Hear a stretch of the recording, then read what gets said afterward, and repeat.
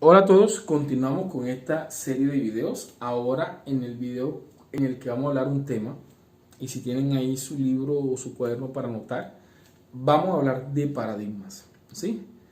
¿Qué es un paradigma? Un paradigma es un principio de pensamiento, es un esquema de pensamiento validado por una comunidad científica académica. Son esas barreras con las que una comunidad determina que algo se haga o no se haga. Determina el enfoque, cómo se mira, cómo se observa.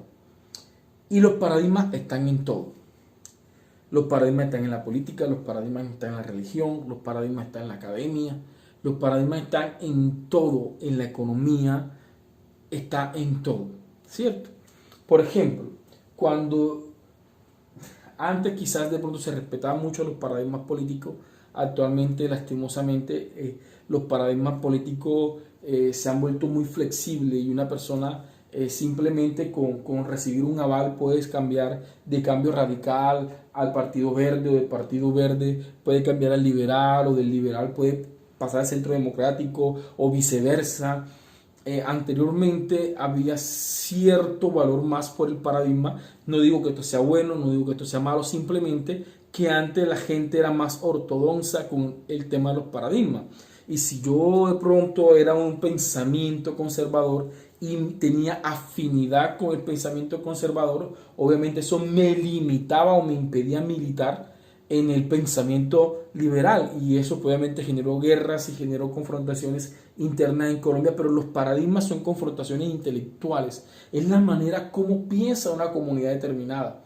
¿Sí? Y podemos definir lo que es derecha, lo que es izquierda y también esos paradigmas que comienzan a emerger, los paradigmas de centro, algunos comienzan a tomar ciertas posiciones que de pronto son, pueden ser hasta ambiguas, centro izquierda, centro derecha, pero lo que quiero llegar al punto es el tema de que se define como paradigma esas estructuras de pensamiento que son aceptadas por una comunidad determinada y que hacen que esa comunidad se comporte, piense, actúe y tome decisiones en atención a lo que consideran que es cierto y a lo que consideran que es errado.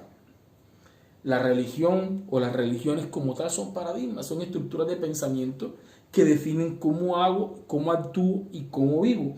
Y que ese pensamiento obviamente tiene una aceptación social en una comunidad determinada. De allí que de pronto se subestructuran. Entonces en el cristianismo encontramos subestructuras del cristianismo, también entre los monoteístas, entre los politeístas, y comenzamos a encontrar estructuras de pensamiento.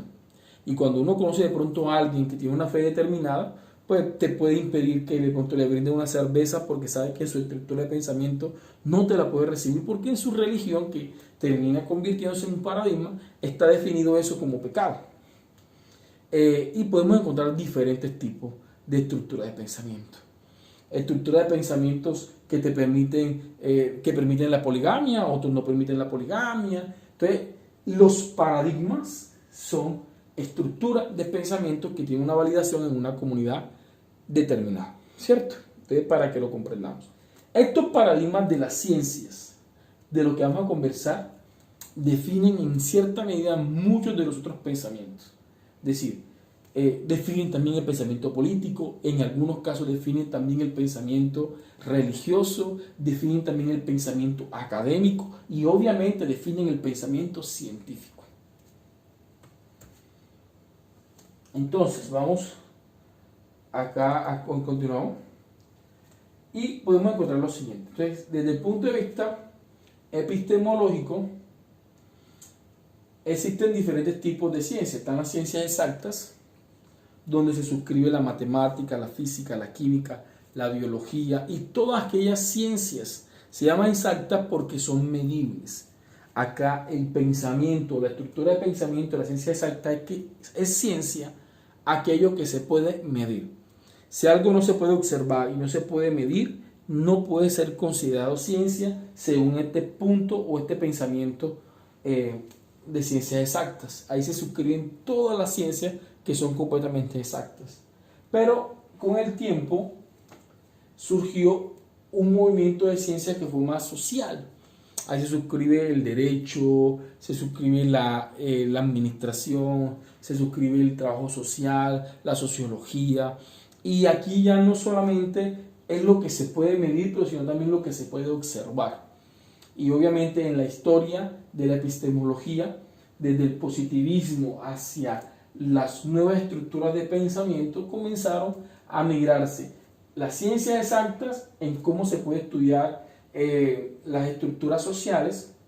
Sin embargo, también las ciencias sociales comenzaron a emerger con un nuevo paradigma y una estructura de pensamiento para adquirir entre su dinámica también algo de libertad. Y eso también permitió el nacimiento de una ciencia nueva que es las ciencias humanas. Entonces vamos a hablar de los paradigmas. Esta frase se la quería compartir. Las ciencias sociales son posibles en la medida en que puedan ser epistemológicamente justificadas el método que las hace posible. Es decir, porque el rigor científico que usualmente es atribuido a las ciencias exactas, también en una lucha que le ha costado siglos de conocimiento a muchas áreas, también se está logrando un nivel, un rigor científico, aunque no bajo los pensamientos y la estructura de pensamiento de pronto de esos paradigmas de las ciencias exactas. Entonces vamos a hablar de los paradigmas. En las ciencias humanas y en las ciencias sociales, que es el campo en el que ustedes se mueven, en el área de la administración, en el área del talento humano, en el ejercicio del talento humano, muchos de ustedes vienen de ciencias exactas, muchos son ingenieros, algunos son agrónomos, otros son de otro tipo de trabajo, pero también hay muchos de ustedes que vienen del área de las ciencias sociales, que vienen del derecho, muchos vienen de las ciencias humanas, vienen de psicología, vienen de educación, vienen de pedagogía.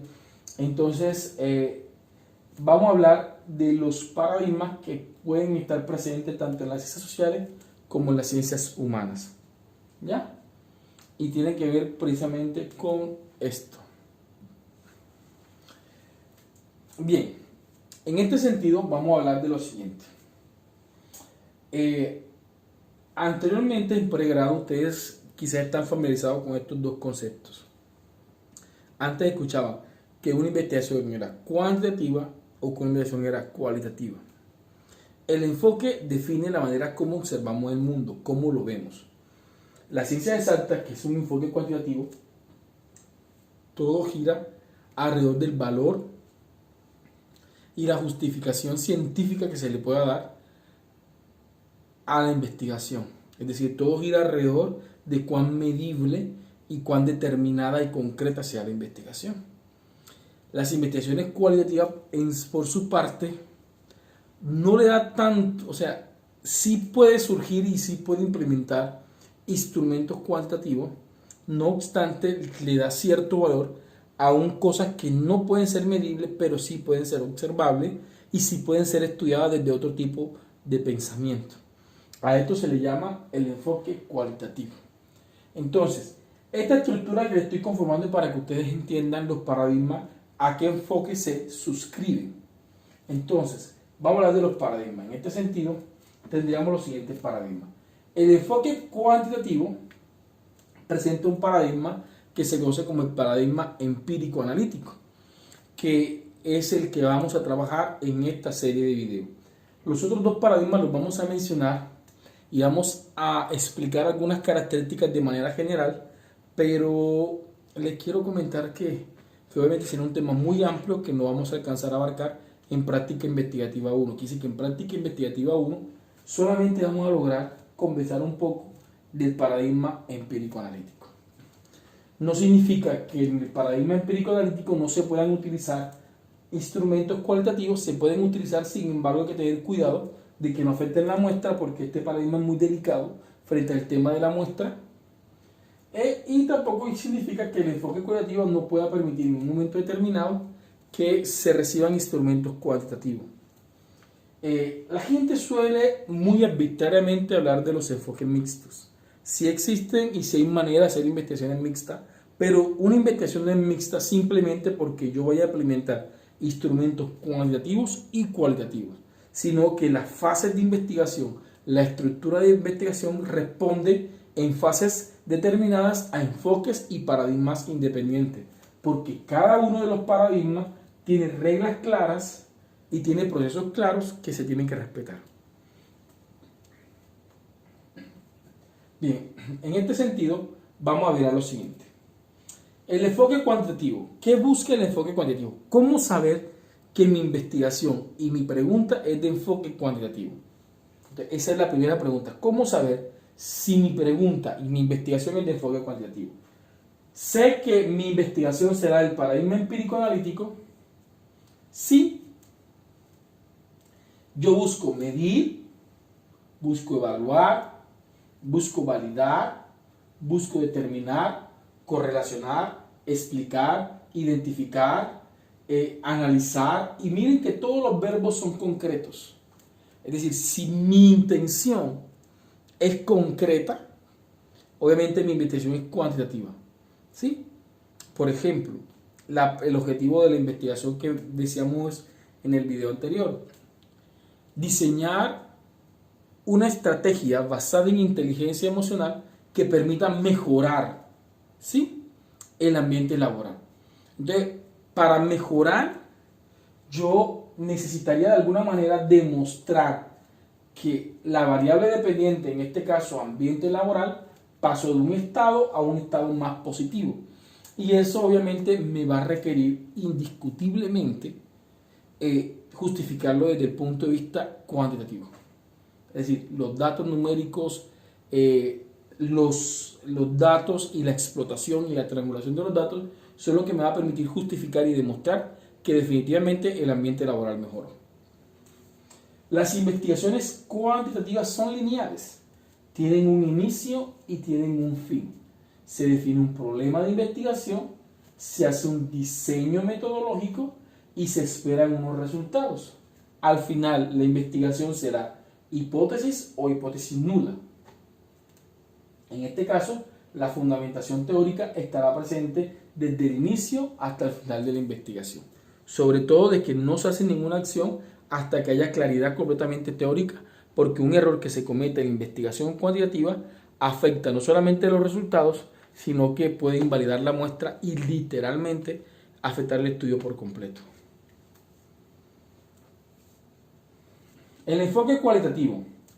En el esquema anterior, yo les presentaba esto y decía que el enfoque cualitativo tiene el paradigma empírico analítico y el enfoque cualitativo tiene dos paradigmas. Uno es el sociocrítico o crítico social y el paradigma hermenéutico. Es decir, estos dos paradigmas se suscriben o están involucrados en lo que para nosotros es el enfoque cualitativo. ¿Por qué hago esta distinción? Porque cuando alguien me dice mi investigación es cualitativa y se queda solamente en el plano de decir que es cualitativa, literalmente no me está diciendo nada. Porque mi pregunta ¿es crítico social o es hermenéutica? Y si es crítico social, ¿qué tipo de subinvestigación crítico social es? O si es hermenéutica, ¿qué subtipo de investigación hermenéutica es? Así que es importante comprender la estructura de los paradigmas para saber nuestra investigación bajo qué ruta metodológica va a trabajar. Entonces, ya esto lo explicamos. Dijimos que las investigaciones empírico-analíticas son completamente lineales y ahora vamos a ver. Entonces, en el enfoque cualitativo vamos a observar el primer paradigma, que es el paradigma hermenéutico. La palabra hermenéutica viene de una raíz griega porque viene del dios Hermes, que era un semidios que se encargaba de traducir o de interpretar los mensajes de los dioses a la humanidad. Por tal sentido, el paradigma hermenéutico se centra en entender, interpretar y comprender un objeto de investigación determinado, sobre todo desde el punto de vista textual, teórico.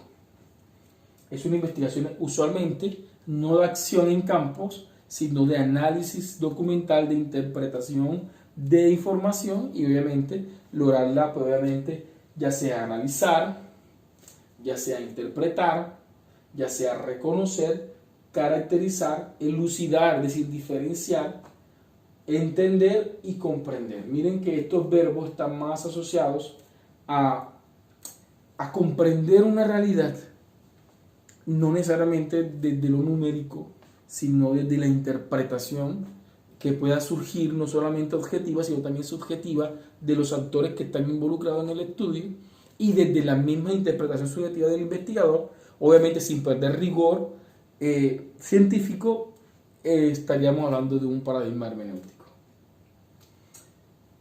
El círculo hermenéutico, en términos generales, presenta que si existe una idea de fuerza, se tenga que hacer toda una técnica de recolección de información donde se aplique, obviamente, la comprensión, se legitime y se logre sistematizar o hilar teóricamente toda esa comprensión, y de los textos que se pudieron leer se hilen en un documento, y que al final ese documento permita justificar y legitimar la comprensión del texto o de la problemática que se quiso haber desarrollado. Esto sería un círculo hermenéutico. Obviamente este es un círculo muy general. Existen círculos hermenéuticos más complejos, más completos, donde vemos, pero sí vemos algo muy interesante. Lo veíamos tanto en el círculo hermenéutico como en este esquema que estamos acá. Y es que las investigaciones cualitativas, tanto hermenéuticas como sociocríticas, no son lineales. No tienen un inicio, no tienen un fin. Jamás podré llegar a decir que comprendo una realidad en su totalidad. Jamás podré decir que logré analizar una realidad en su totalidad, de tal manera que simplemente es una espiral que en un momento determinado tendrá un corte, y se podrá decir que en determinado momento hasta aquí se llegó su análisis, se llegó su interpretación, y que obviamente estos son los resultados de la misma. Entonces, este esquema, este material que ustedes van a recibir, pues podrán analizarlo. Aquí vemos un esquema hermenéutico un poquito más grande. El sujeto juega un papel relevante del proceso y se comienza un ciclo de observación, percepción, abstracción, generalización de la imagen, relación, diferencia y semejanza, integración de características, formación de significado, comparación, categorización, definición, análisis, síntesis, evaluación, y vuelve y se repite todo el proceso hasta que lleguemos a un punto donde consideramos que se logró comprender en cierto nivel una realidad. El otro paradigma inscrito al enfoque cualitativo, habíamos dicho que era el paradigma sociocrítico. Este en particular nos permite, uno, emancipar. El verbo emancipar significa como liberar, pero no es liberar de soltar a alguien, sino de movilizar sus capacidades mentales para que esa persona se vuelva independiente, se vuelva autónoma, y esa persona misma pueda ser un protagonista de su proceso de liberación. Quien libera, suelta. Quien emancipa, enseña a soltar. Y permite que la persona que estaba siendo oprimida se vuelva un libertador o un autolibertador de su propia circunstancia. Es decir, por ejemplo, cuando alguien va a una reunión de Alcohólicos Anónimos, ellos jamás le dirán a una persona que es alcohólica. Ellos guiarán a la persona hasta que la persona se autorreconozca como alcohólica, porque hay una diferencia muy significativa en categorizar y que la persona automáticamente reconozca y genere un movimiento de su estado de conciencia que diga, soy alcohólico, debo cambiar, y que pueda con su voluntad y con sus recursos lograr salir adelante en esto que le está afectando. Entonces la emancipación como proceso es la movilización de los estados de conciencia que puedan generar movilizaciones sociales y generen transformaciones en comunidad. El paradigma sociocrítico es un paradigma orientado a la movilidad popular, orientado a la solución de problemas sociales, en mejorar contextos. Entonces es una postura no tan empírico-analítica que busque simplemente desde los datos cuantitativos darle significado a las cosas, sino que acá es relevante cualquier circunstancia, por lo muy singular que sea. Si está afectando a una persona o una comunidad, esa comunidad le da un valor. Por ejemplo, el pensamiento empírico-analítico es un pensamiento que va más de lo general a lo específico, le da más importancia a lo que sucede a nivel global. Si algo es importante a la medida que los datos estadísticos digan que es importante. Es decir, algo es un problema a la medida de que los datos numéricos me están diciendo que es un problema. ¿Sí? Pero, por ejemplo, hemos estado en crisis local es inmensa. ¿Cuántos niños no mueren de hambre en Colombia? ¿Cuántas personas de pronto no sufren y viven circunstancias vulnerables, ¿cierto? Sin embargo, en este momento, las políticas de Colombia responden, y aplaudo obviamente las políticas que actualmente en prevención del COVID-19, pero quiero que me entiendan lo siguiente. Internamente hay cifras que actualmente nos han costado mucho, pero que no han generado una movilidad de Estado. Estamos en un gobierno de derecha, un gobierno que es orientado más por el enfoque empírico-analítico, y por eso es que vemos comentarios, ¿cierto?, políticos y sobre todo del gabinete de gobierno, que uno se aterra como ciudadano. Quizás porque nuestro pensamiento termine siendo más sociocrítico que empírico-analítico, ¿sí? Pero cuando una ministra se para e indica que actualmente están muriendo más personas por robo de celulares que por ser líderes sociales, miren que ahí se está manifestando un pensamiento empírico-analítico. Le estamos dándole más importancia a una problemática simplemente porque los datos estadísticos me están diciendo que es un problema más grande. Sin embargo, esos críticos le están diciendo perfecto, pero no podemos subestimar lo que puede estar pasando con los líderes sociales. Y eso es algo que se tiene que mejorar. Y es algo que Colombia tiene que mejorar, obviamente, en esa temática, porque también, aún en los datos estadísticos, no estamos bien frente al tema del asesinato de líderes sociales. Pero este tipo de pensamiento se aleja del paradigma empírico analítico, se aleja de ese pensamiento capitalista, numérico, ¿sí? Y pues aquí hago un paréntesis, porque, y en el taller que van a hacer van a ver unos videos y unas investigaciones que he tenido la oportunidad de desarrollar. Y cuando alguien en los comentarios que pasaba, un paréntesis, les pido que me excusen, pero cuando alguien de pronto decía, profesor, es que no puede sobreponer el estudio a la vida y a la salud, sentí la necesidad de parar la conversación porque sentí que no me estaban entendiendo. Porque como sociocrítico, porque me considero una persona sociocrítica, obviamente para mí tiene mucho más valor la vida, la salud, frente a temas que de pronto pueden ser cuantitativos, capitalistas. Por ejemplo, el gobierno en este momento está en una crisis grande porque no le es fácil desde su pensamiento paradigmático suspender los vuelos de Avianca, suspender lo que está pasando, porque hay un principio capitalista que lo rige, ¿sí? Un principio positivista, y eso le impide tomar acciones sociales. Un gobierno que de pronto no sea tan de derecha, sino que considere otro tipo de alternativa, obviamente considera con más flexibilidad cerrar. Miren las declaraciones del presidente de Salvador, ya con más flexibilidad es capaz de pararse y decir que los ricos pues no les duela perder el 20% de su riqueza en esta crisis, siempre y cuando se pueda garantizar que la sociedad pueda sobresalir de la mejor manera frente a la crisis. Para este gobierno no va a ser tan fácil llegar a esa conclusión, y si llega va a ser por la presión de pronto internacional y hasta interna que pueda vivir. ¿Por qué? Precisamente por el tipo de pensamiento. Entonces los paradigmas están en todo, presentes en todo. Entonces, ¿qué busca el paradigma cualitativo sociocrítico? Emancipar, transformar, liberar, cambiar, mejorar, crear, movilizar. ¿Sí? Y pues en eso, este paradigma, aunque nace en Europa, también se fortalece con los pensamientos del sur, y de hecho aquí en Colombia nació el padre de uno de los tipos de investigaciones más importantes del paradigma sociocrítico, que es Falk Borda, de Barranquilla, ¿sí? Y que, a propósito, Montería cuenta con la biblioteca principal de Falk Borda, es decir, los manuscritos de Falk Borda, el padre del paradigma sociocrítico, están en la ciudad de Montería, en el Banco de la República. Si pasan por la 28 con segunda y tercera, se van a encontrar con una puerta pequeña que dice Biblioteca Falk Borda. Ahí están los manuscritos originales de todas las investigaciones del padre de la investigación, acción, participación, que es del paradigma sociocrítico. Bien, el paradigma sociocrítico se divide principalmente en dos investigaciones, que es la investigación-acción.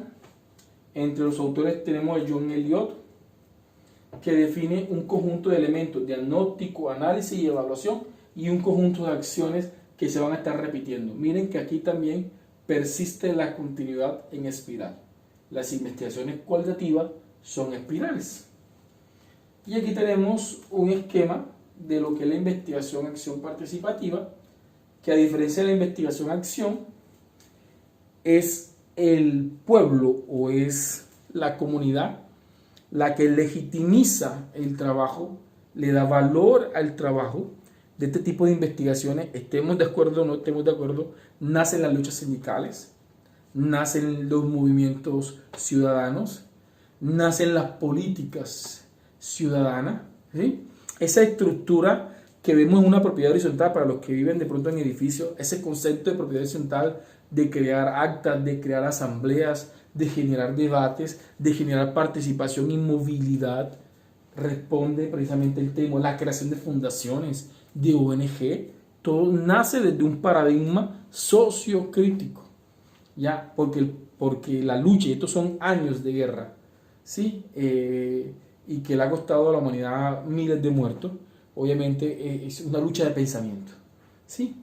Por mucho tiempo fue el pensamiento positivista, capitalista quien dominaba.